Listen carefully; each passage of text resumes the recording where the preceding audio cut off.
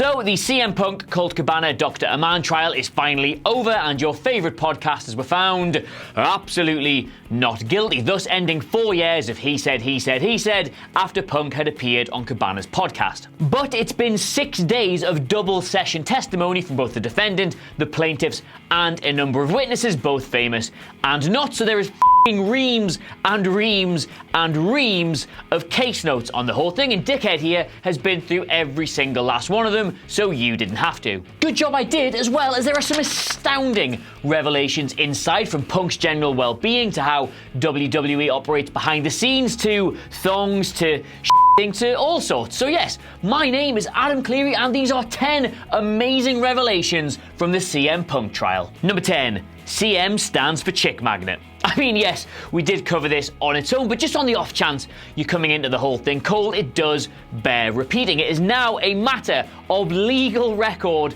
that the CM in CM Punk stands for Chick Magnet. We'd speculated on this for years, of course, with it being one of the more popular suggestions alongside Chicago Maid, Chicago Mafia, Charles Montgomery, and even Cookie Monster, but no, it is Chick Magnet after his tag team, the Chick Magnets, from 1999. I mean, you can do what you like with that information, but I am now officially rebranding as MS Cleary.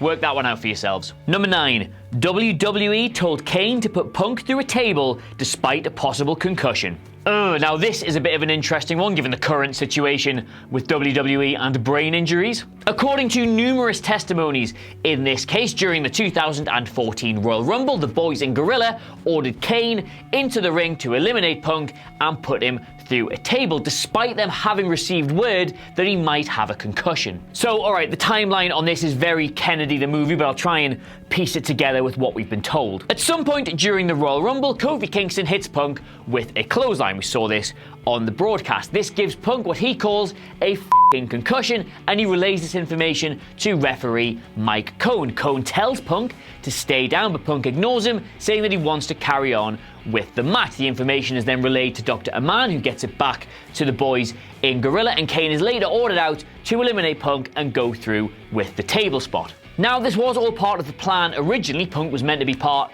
of the Final Four that year, but the implication is that the boys in Gorilla, namely Michael Hayes, Triple H, and, of all people, Billy Kidman, allowed Kane to carry on with a slightly dangerous spot, even though they'd been told there might be a concussion. Now, this doesn't really have any bearing on this particular case. It doesn't really involve Punk or Amann all that much, but expect it to get brought up the next time head injuries are a talking point in WWE. Number 8.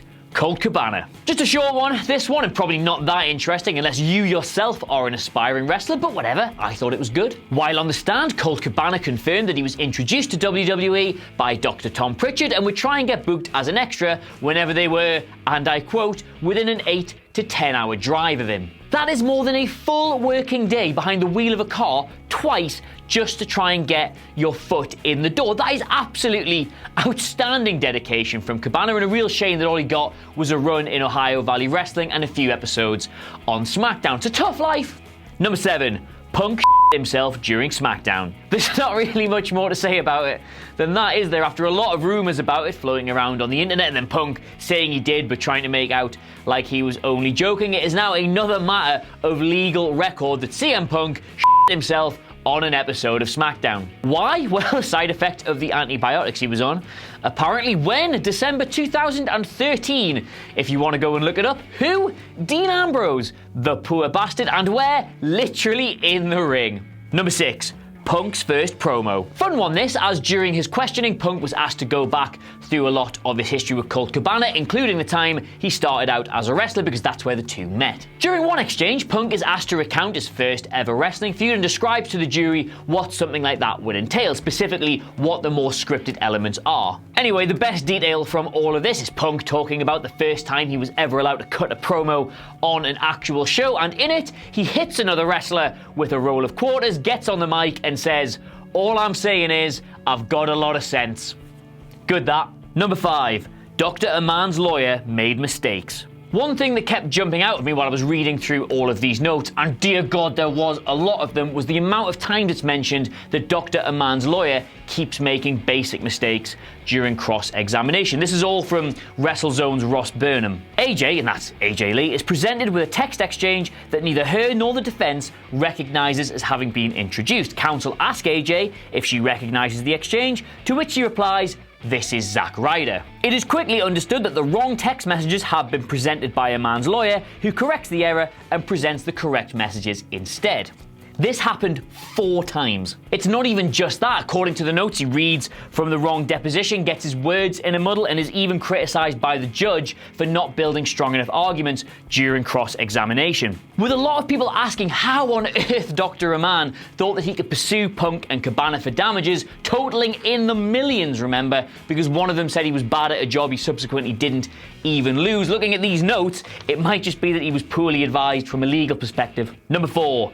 Punk was in a bad place in 2014. Easily the most startling takeaway from all of this is just how bad things were for Punk in 2014, both professionally and personally. He talks in depth about just how bitter he felt towards the company at the time of recording the podcast, and even nearly breaks down in tears on the stand when being asked to recount events from that time. It's hard to bring up memories, he says, from events he's tried so hard to move past. As well as his mental health, though, Punk paints the picture that he was breaking down physically at the time as well. I mean, he mentions describing having headaches, a lack of sleep, no appetite, narrowed vision, dizziness, and being unable to support his own head with his neck. All of this on a day-to-day basis. He confirms that he was, at the time, vomiting after every single wrestling match, and even having random crying spells between his matches. "My head was a fishbowl," he told the jurors. "I'd be in catering one sec fine, the next welling up. I'm sure I couldn't have been fun to be around." Horrible that, by the sounds of it.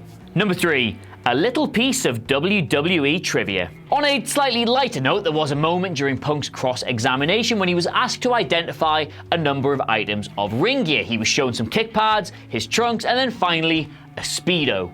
After positively identifying it, remember, you can't trust a man who doesn't recognise his own budgie smuggler, Punk confirms that this was the only Speedo he ever wore during his run with WWE, then refers to that as a nice little piece of WWE trivia. Now, you might not think that qualifies as a huge revelation, but he obviously does, so who are we to argue? Apparently, he would just wash it in the sink after every single match. The more you know. Number 2, how WWE works. I'm sure some of you will try and tell me that you already knew this, but the confirmation from Punk about how wrestling matches, and specifically the Royal Rumble, are put together was very interesting. Punk stated that, and I quote, "Writers don't have a lot of say in what happens in the ring. Writers write storylines. Wrestlers put their matches together." Think of all the stick Road Dogg and the boys are getting for how poorly pieced together most of SmackDown's top matches are. Think of all the criticism that the AJ Nakamura testicle warfare angle is getting right now. Maybe the blame's going to the wrong people. Conversely, after all the praise that was getting aimed at the bookers for how well put together the most recent Royal Rumble was,